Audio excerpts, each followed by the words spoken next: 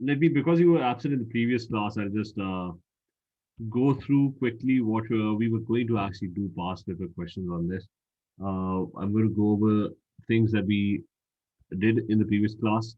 We had done, we had already done standard enthalpy change of neutralization. It was the energy released, it's always released when a mole of water is produced when an acid and a base react. So whenever any acid base react, 1 mole of water is going to be produced. So we did that.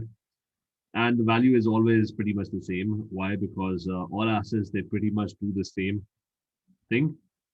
They produce H plus 1 and bases, they produce OH ions. The reaction which is happening is usually the same. Anyways, we did standard enthalpy change of atomization. The symbol is this, and it's always positive. What is atomization? It's a process in which 1 mole of gaseous atoms are going to be produced from the element, which should be in its standard state. So if you ever read enthalpy of atomization of nitrogen, that basically means 1 mole of nitrogen would be produced from its element, which is N2. That's the state at which it exists at room temperature. Similarly, if enthalpy of atomization of iodine is given, states are very important. 1 mole of gaseous atoms are going to be produced uh, from the element, which is iodine in solid state. So whenever you have to produce atoms, you're going to break bonds, and because only bond breaking is involved, hence it's always endothermic. So any type of bond would be broken if you're forming atoms. Sodium is metallic, so it's a metallic lattice. You break the bonds to form sodium gaseous atoms. Anyways, moving on. I told that noble gases have an enthalpy of atomization of 0 because uh, for a noble gas, they're monatomic. You don't have to break any bonds. They already their bonds are, they don't have any bonds, so you're not breaking anything. And I told you about enthalpy of atomization. The stronger the bond, the greater would be the enthalpy of atomization. So if an atom is small, the bond would be stronger, and so smaller the atom, stronger would be the bond, and greater would be the enthalpy change of atomization. So whenever you form, so the simple to sum this up, whenever 1 mole of gaseous atoms are formed from the element, the enthalpy change of that particular process is called enthalpy of atomization. Then we did enthalpy change of solution. That's also simple when I'll underline this. 1 mole of solute is completely dissolved to form an infinitely dilute solution. Basically, you're just dissolving 1 mole of substance. It could be endo, it could be exo, it could be both. And uh, and why is it both? Because it requires bond breaking and bond formation both. For example, in ionic lattice, if you're trying to dissolve it, the first thing is you would have to break the lattice. So that part would be endothermic. And then the ions would mix in water and they would form bonds with water. So when bonds are formed, new bonds are formed, that's exothermic. So it depends. If the lattice is very strong, then the bonds that would be broken would be very, very strong. So it's going to be highly endothermic and vice versa. The last thing, this is probably the last thing we did was enthalpy change of hydration, which is standard enthalpy change of, which is when 1 mole of any gaseous ions, they're mixed in water to form an aqueous ion. So obviously no bonds are being broken over here. Uh, Only bonds are being formed. The water molecules would form bonds with sodium ions, and aqueous sodium ions are going to be produced.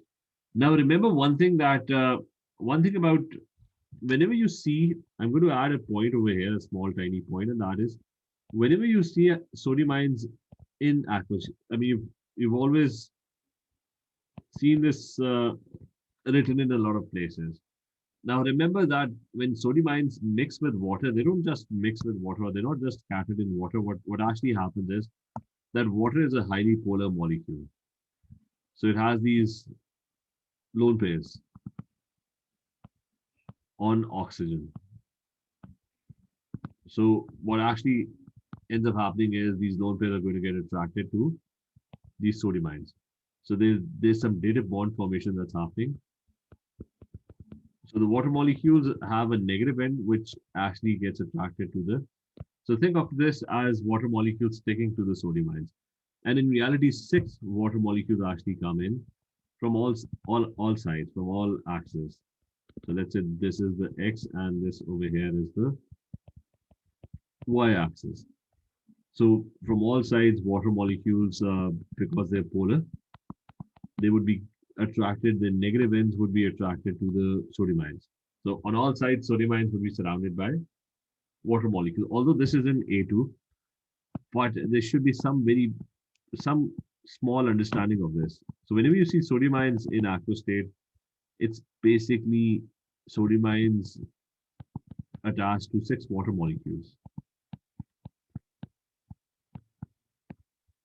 The number of water molecules it's attached to could vary, but I'll just give you this is a brief idea. No direct questions would come on that. Sometimes this is written, so people might get confused.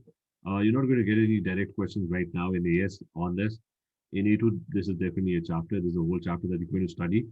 But remember this, when a metal ion is mixed in water, the ion is just not, it's not a single ion that's just roaming around. It's basically an ion that's, and all the water molecules would be attached to it. I just, one second. Is this part clear to everyone? Especially, Sanjina, is this clear?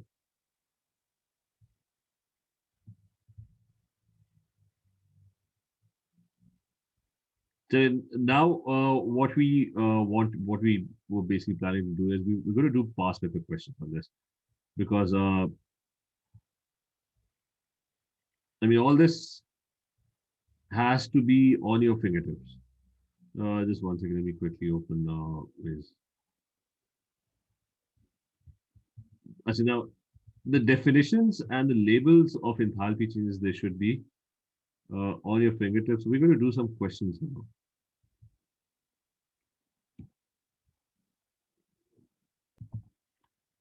So these were just some practice questions that would be very helpful in, I mean, these are definitely not past paper questions. One second.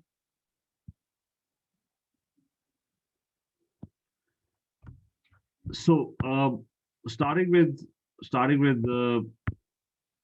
a few questions, for example, enthalpy of combustion of C4H10. So which reaction, whose enthalpy change is this? So it's the reaction in which 1 mole of C4H10 is going to burn in excess oxygen to produce whatever the products are going to be produced. It's going to be carbon dioxide and water.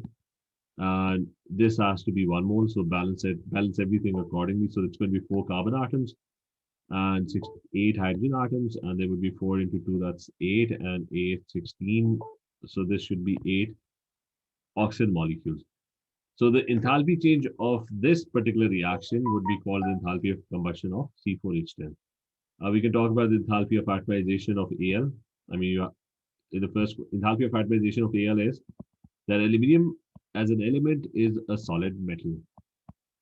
So in enthalpy of atomization, you're going to break all the metallic bonds so that aluminium is in gaseous state. All the atoms are broken and they are now individual atoms, so they would be in gaseous state. Similarly, you have enthalpy of atomization of bromine. So 1 mole of bromine atoms gaseous.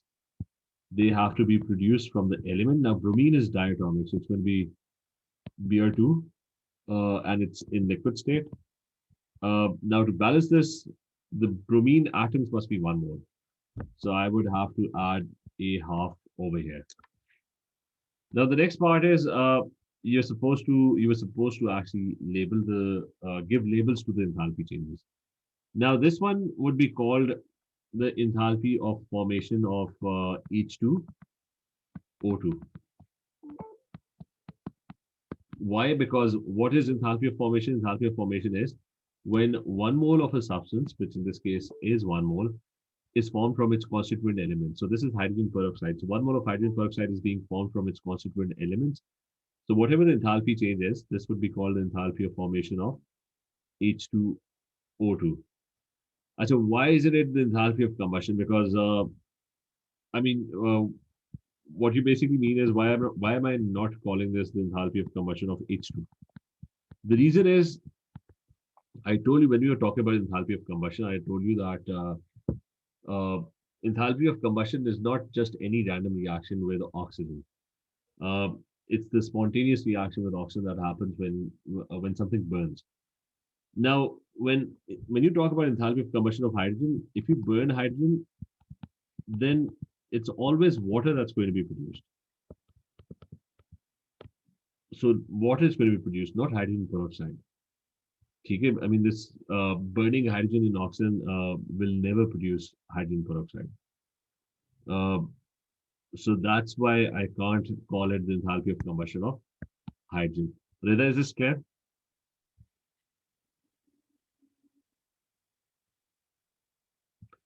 Acha, and this is very important because enthalpy of combustion is not just any random reaction with oxygen. Like for example, Fe. If they give you Fe reacting with O2 to form Fe2O3, and this is let's say 2Fe, and they are 3 by 2 O2s. So you can't call this, forget the moles. You can't call it the enthalpy of combustion of oxygen because iron never burns in oxygen. It slowly over a very long time it reacts, but it reacts very very slowly. So this is not a combustion reaction. So remember this, always differentiate. Reactions with oxygens are not necessarily combustion reactions. So anyways, this is number three would be, let's look at number two. Number two would be the enthalpy of formation of NaCl, but multiplied by two. Because NaCl is being formed from its constituent elements, but it's not 1 mole, it's actually 2 moles. So the enthalpy would be double that. So enthalpy of formation is for 1 mole. So if it's 2 moles, it's going to be double that. This one is 1 mole of a salt is being dissolved to form aqueous ion. So this is a salt dissolving. So this is enthalpy of solution of FeSO4. The next one is enthalpy change of hydration. I told you that gaseous ions, they become aqueous ions. You mix them in water. So this is enthalpy change of hydration of sodium ions. And this is obviously enthalpy of combustion of C8H16.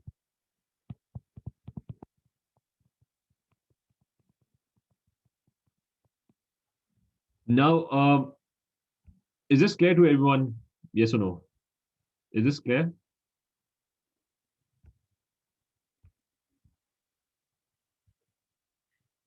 So, T. Now, moving to the next part, now we'll deal with some past paper questions. Now, past paper questions would be they'll just ask you to recall the definition. So, define with the native Finnish equation, which includes state symbols. Remember, state symbols are very important. Make sure you make a point. Whenever somebody is talking about enthalpy definitions, state symbols are very, very important. Because remember this that if you and state symbols are very important in enthalpy changes. I'm just giving you an example. Like if you have this H2 and O2 reaction, it's forming two water molecules. Uh, if all of them are in gaseous state, then the reaction is going to have a different enthalpy change. If let's say you're doing this at room temperature and this is a liquid state, the reaction is going to have a different enthalpy change. So the state, if the state is different, then the enthalpy change value would be different as well. Because energy is used up or given out when a change of state happens. So state symbols are very, very important. Always, I make a big point on this, that whenever you're dealing with enthalpy change definitions, the state is going to be important. Anyways, moving to this question. You have to write the enthalpy of combustion of methanol and give an equation. So methanol is, okay, you can, if you're not good with organic chemistry right now, you can just Google it. CH3OH, this should remain 1 mole. It burns in excess oxygen to produce carbon dioxide and H2O. Now, if you balance this, this is 1 carbon, there are 4 hydrogens, that's 2H2O, so that's a total of 4 oxygens. There's 1 oxygen already over here, so this should be 3 by 2. Then write down the states as well. The states are, the first one is a liquid. Hopefully everyone knows methanol. Alcohols are mostly liquids. This is a gas. This is a gas as well, and this one is a liquid. And yet specifically 298 Kelvin is room temperature. So the state has to be mentioned at room temperature. And you can give the definition as well. So combustion is always energy released when 1 mole of a substance burns in excess oxygen.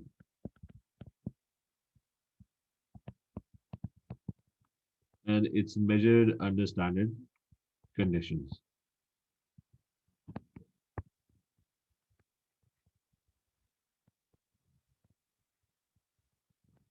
Anyways, the definitions are already written above. Next one is, again, you're being asked to define the term enthalpy change of combustion, so that's pretty much it. Uh, like over here, he's asking you to combust. I mean, he's talking about combustion of CS2. So I told you about sulfur is that when sulfur burns, I mean, in this case, the hunch is, I mean, it's a reaction with oxygen, right? So carbon burns and produces carbon dioxide. Sulfur would burn and produce sulfur dioxide, not sulfur trioxide. Remember this, I made it a point that it's very hard to actually make sulfur trioxide. For that, you need a lot of catalyst. So that's kind of impossible. You can balance this. This would be 2 and 4, that's 3O2. Again, you're being asked about enthalpy of formation. So the definition is given. It's 1 mole of substance is formed from its constituent element. So it's the energy released and absorbed for that process. Now you're being asked to write the equation for the enthalpy of formation of water. So 1 mole water has to be produced from its elements, which are hydrogen and oxygen. This has to remain 1 mole at all costs. So this has to be made half. Write down the state symbols because you're doing this, understand it. I mean, there's a knot over here. Whenever you see that, so even if they've not written it, you have to be careful and you have to make sure or ensure that standard conditions are used. So H2O is going to be a gas under room conditions. Now, the next part is explain why the enthalpy of formation of water is identical to the standard enthalpy change of combustion of hydrogen. So in this case, you're going to write down, this is enthalpy of formation of water, this over here. The enthalpy of combustion of hydrogen is going to be identical because that is when 1 mole of hydrogen reacts with excess oxygen to produce whatever products it's making. So both reactions are exactly the same. Okay, so enthalpy of combustion of hydrogen is the same as enthalpy of formation of water. Is this part clear? Yes or no? Is this clear? So the next part is you're given define with an aid of an equation with includes state symbols the standard enthalpy change of combustion for DME. Now they've already told you specifically that DME is a gas and this is DME. So we're going to write this has to remain 1 mole CH3O CH3. And we did not know the state, so they gave us the state as well. So gas, it burns in excess oxygen to produce any hydrocarbon will probably just produce carbon dioxide and water. And this would be 3 water molecules, I think, yes. And the 2 carbons on that side. So that's a total of 4 plus 3, 7 oxygen on this side. There's 1 already over here, so this should be 3. And make sure that you write down state symbols. The definition for enthalpy of combustion, we've already written that. Now this question, now we're going to move towards MCQs. Okay, that's our first MCQs. Remember, MCQs are kind of trickier. We haven't done the his cycle yet, but I'll just explain the question quickly. I mean, the question states, ignore the rest of the arrows. The question simply states, what name would be given to this enthalpy change? So liquid water is being produced from what? From its element. I mean, if you look at X, so if I explain what's happening is the 2 moles of H2O liquid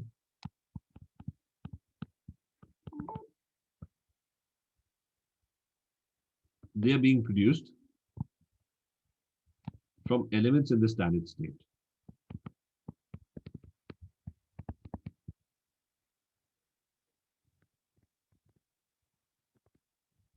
So it would be the enthalpy of formation of, according to this logic, it's going to be the enthalpy of formation of water, but not 1 mole. 2 moles are being produced, so it's double that amount.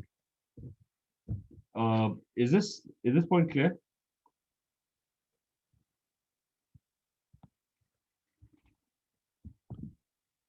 simply ignore the rest of the arrows. I was only interested in this arrow and I had to assign a label to it. I could have assigned another label to it as well because I could have called it hydrogen burning in oxygen to produce water. So that would make it the enthalpy of combustion of hydrogen. I mean, that's also a possibility. And it's not 1 mole of hydrogen that's burning, it's 2 moles of hydrogen that's burning. So it's going to be double the enthalpy of combustion of hydrogen because in the enthalpy of combustion of hydrogen, 1 mole of hydrogen burns in oxygen to produce liquid water. So this could have been correct as well, but they never multiplied by 2. I mean, both of these were actually incorrect. So both of them were labels that could be assigned to X.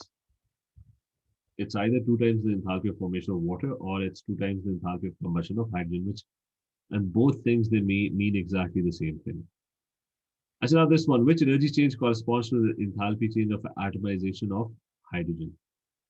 First thing, what is the equation? What are you doing? Whose enthalpy change is this?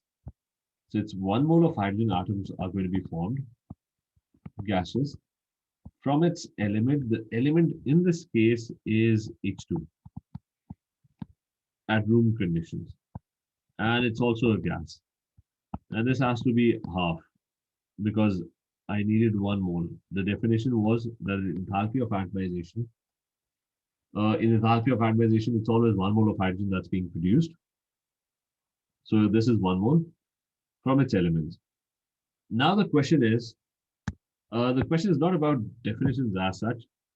The question is, how would you carry out this reaction? So the reaction is basically initially diatomic hydrogen was bonded. They were bonded to each other, half of them, according to the balanced equation. So what did you do? How did you form the bonds? Or sorry, how did you form atoms of hydrogen, which can be seen over here? One more. What you did was you broke this H2 molecule. And you broke this H2 molecule so that the bond is broken. And you're going to get exactly 1 mole of hydrogen atoms. Okay, so I mean, if I had broken, if there was no half, if I had broken the hydrogen molecule, then 2 hydrogen atoms would be produced. Now, according to the definition, 1 mole of atoms precisely have to be produced. I mean, it's just a convention that we are following.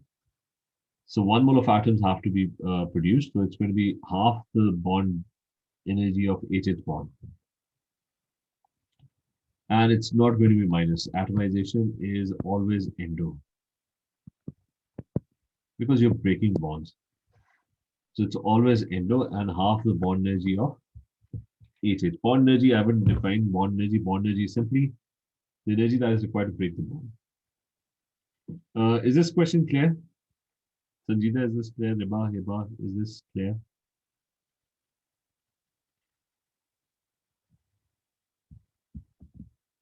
Now, this question, I'm going to ask this question and you're going to answer this.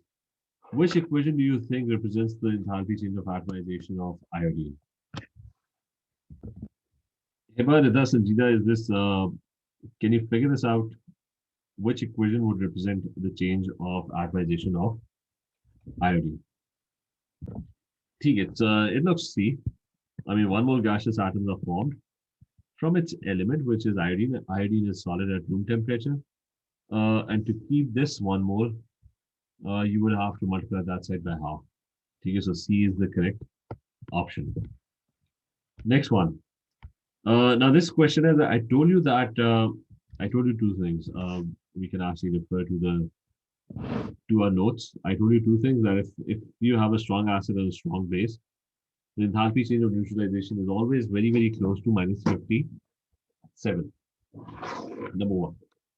But if you have a weak base, the enthalpy change would actually be kind of lesser. Why? Because a weak base doesn't ionize. So some energy is spent in ionizing the acid or the base. So for weak bases, the value is slightly less exothermic because some energy gets used in breaking the bonds.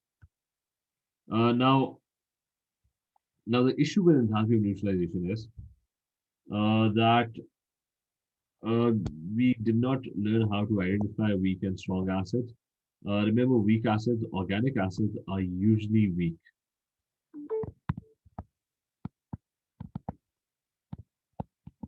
So organic acids are most of the time they're weak.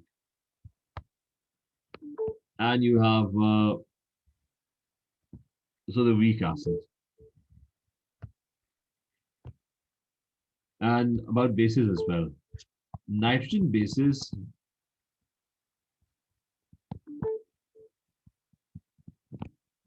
are also considered to be weak bases. While don't go into detail right now, just remember organic acids are acids that have carbon in them, and nitrogen bases are the ones with nitrogen in them. Okay, we're going to discuss this later in organic chemistry, but you must know how to identify a weak acid with a from a strong acid, or weak base from a strong base. Now coming back to the question states, now I told you that minus 57. So it's a strong acid and a strong base. This one is also minus 57. So this is a strong acid. This has to be a strong base. So R has to be at all costs, it has to be a strong. It has to be a strong base. So that's R. Now, ammonia is the nitrogen base. So that's not strong. This is also ammonia. So when we are looking towards R has to be a strong base. And strong bases are group 1 hydroxides, mostly. Some in group 2 as well, like the ones that are at the bottom of group 2. And pretty much the rest are all insoluble. So you're left with option A and option B. So what about Q now? Look at Q. Now the value is dipping, which means the enthalpy change is having it's less exothermic, which means that some energy is getting used up. So it's getting used up where? It's either hydrogen reacting with, this should be a weak base. So it's going to be ammonia. So it could be Q, but it can't be this one. Now, so far, we have not been able to figure out or decide between A and B. Now, let's go for the first one. Now, if you look at P, P is coming out to be minus 54. Again, it's lesser than minus 57. So this is a strong base. So this one has to be a weak acid. So that leaves us with option A. Is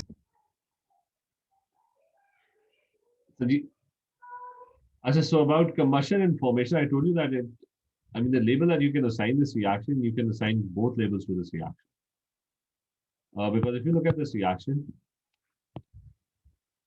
1 mole of hydrogen is burning in oxygen to produce water. So this is the enthalpy of combustion. But this enthalpy change is also the enthalpy of formation of water, where 1 mole of water is being produced from its constituent elements. So you can call it the enthalpy of combustion. You can also call it the enthalpy of formation of water as well. Is this clear, Sanjita?